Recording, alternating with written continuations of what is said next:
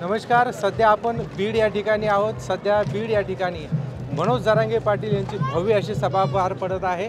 यांच्या रॅलीमध्ये आपण आहोत आणि या रॅलीमध्ये बरेचसे मराठा बांधव आपल्यासोबत आहेत. दादा, काय सांगाल एकंदरीत ही जी भव्य अशी रॅली आहे, ह्या एकंदरीत रॅलीबद्दल काय सांगाल? ही माननीय श्री मनोज दादा जरांगे यांची रॅली आहे. जरांगे पाटलाच्या 6 तारखेपासून पूर्ण जिल्ह्यात दौरा चालू आहे. त्यामुळे आज आपला बीड जिल्हा म्हणजे मनोज दादा जरांगे पाटील यांचा बाल किल्ला आहे. या बाल किल्ल्यात जरांगे पाटलांना स्वागतासाठी 10 ते 15 लाख या ठिकाणी लोकसंख्या आलेली आहे. जरांगे पाटलाचा भव्य दिव्य या ठिकाणी स्वागत होणार आहे. जरांगे पाटलांचे आगमन झालेले आहे बीड जिल्ह्यात. त्यामुळे एवढे लोक जमलेले आहेत. सकाळी 8 वाजल्यापासून आम्ही स्वतः आलेलो आहोत 2 व्हीलरवर. माझे गाव नागझरी या ठिकाणून आम्ही 50-60 गाड्या घेऊन त्या ठिकाणी आलेलो आहोत. तुम्ही आता म्हणाले की मनोज जरांगे पाटील यांचा हा बालेकिल्ला आहे, असं काय वाटतं मला बालेकिल्ला? कारण त्यांचा हा बीड जिल्हा हा जन्मस्थान आहे. कारण त्यांचं मातूर हे गाव आहे जिल्ह्यातलं, म्हणून हा त्यांचा बालकिल्ला आहे. त्याच्यामुळं मनोज दादा जरांगे पाटील हा त्यांचा बालकिल्ला म्हणून बोलल्या जातं.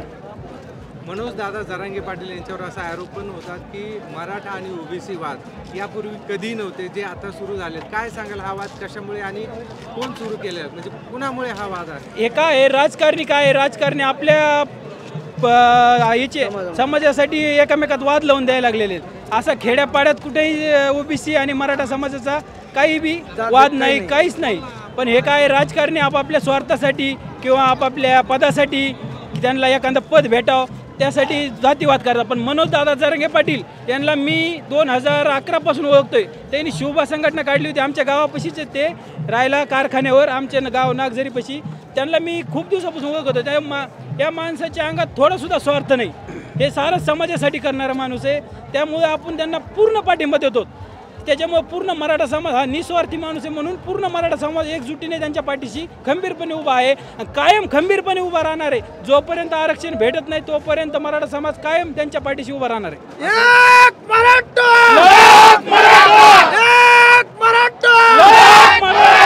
मनोज जरांगे पाटील, तुम आगे बढ़ो, हम तुम्हारे साथ हैं. जय भवानी, जय शिवाजी.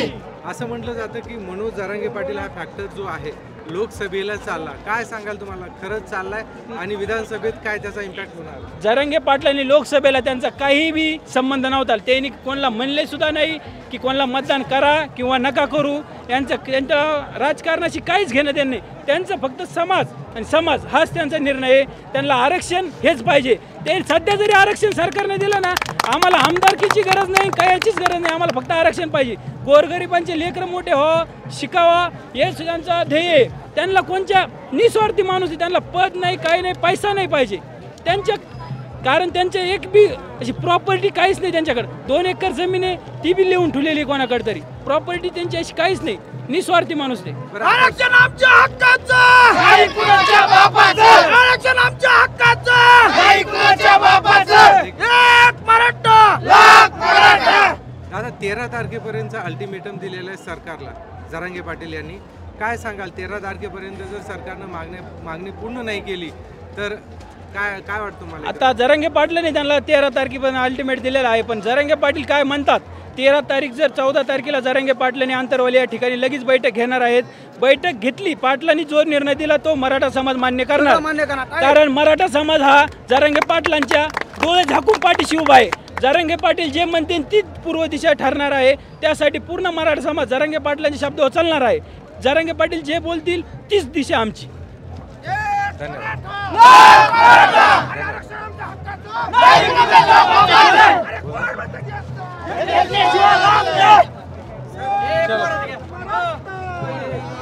अरे चल.